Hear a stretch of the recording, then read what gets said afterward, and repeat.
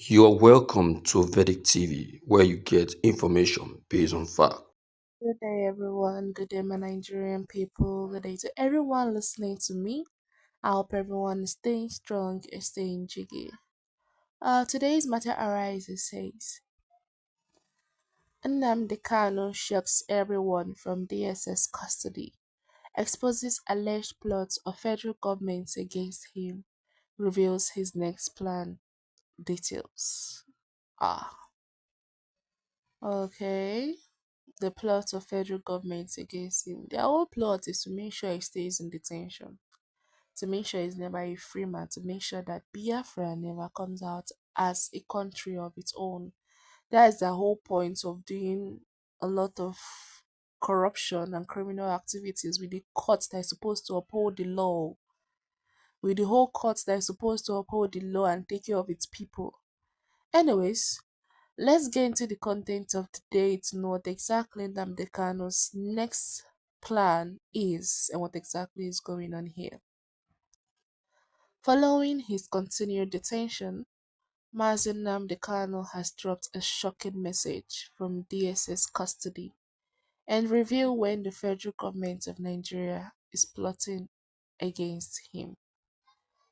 Mazi Nnamdi Kanu has drawn attention to what he described as serial executive and judicial fraud being perpetrated against him since his extraordinary redemption in 2021. This was contained in a press statement issued by Mazi Nnamdi Kanu through his lawyer, Barrister Aloy Ejimako, on his Facebook page and different publications made different media platforms across the counter. While delivering his speech, Mazi Nnamdi Kanu recalled how the federal government has been treating him bad since 2017 and other powerful exposition about them. He said, in a judgment entered on March 1st, 2017, the Federal High Court Abuja ruled that the IPLB is not an unlawful group. At the time, it received widespread publicity which can be verified.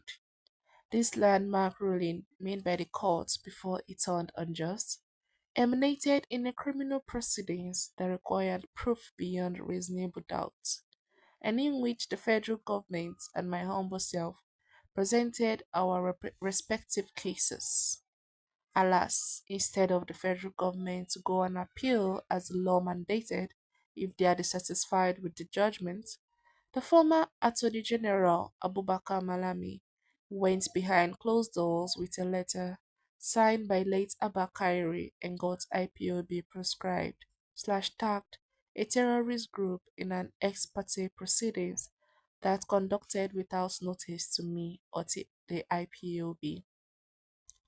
This abominable incident was the earliest sign yet that the government and the judiciary have struck an unholy and fraudulent alliance to deny me my rights and thereby imperil the life and liberty of millions who identify with IPOB.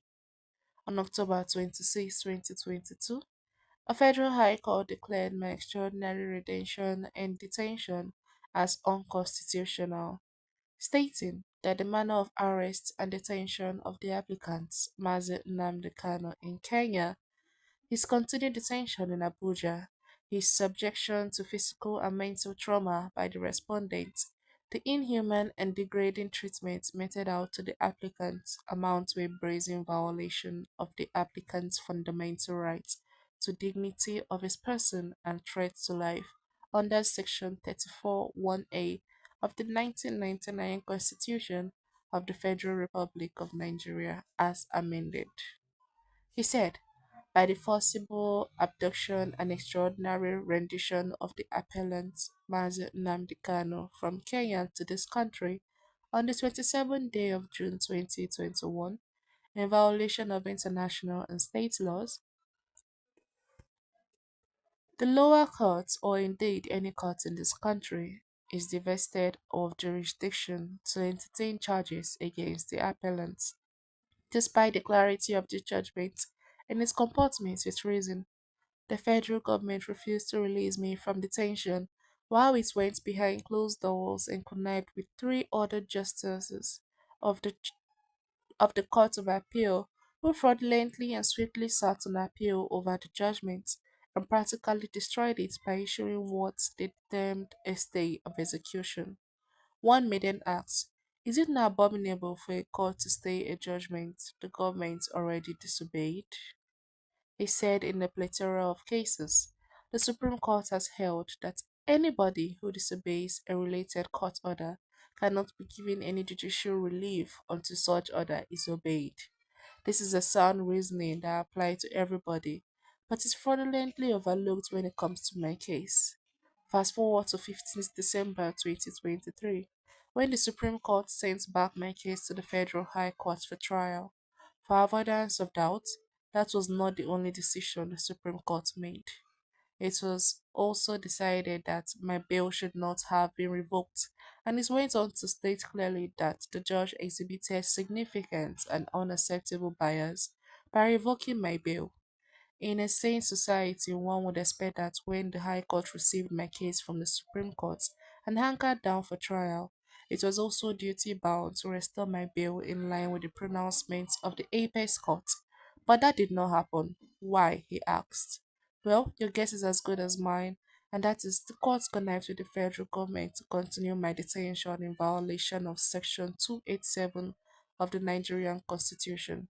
He said, on September 24th, 2024, I decided that I have had enough of taking my chances of getting justice from a judge that in June 2021 sent me to secret police detention without fair hearing, later refused to transfer me to prison or better prepare for my trial, and capped it all by refusing to restore my bail and instead ordering an accelerated trial in the face of the reality that I will never get a fair trial whilst detained at the DSS.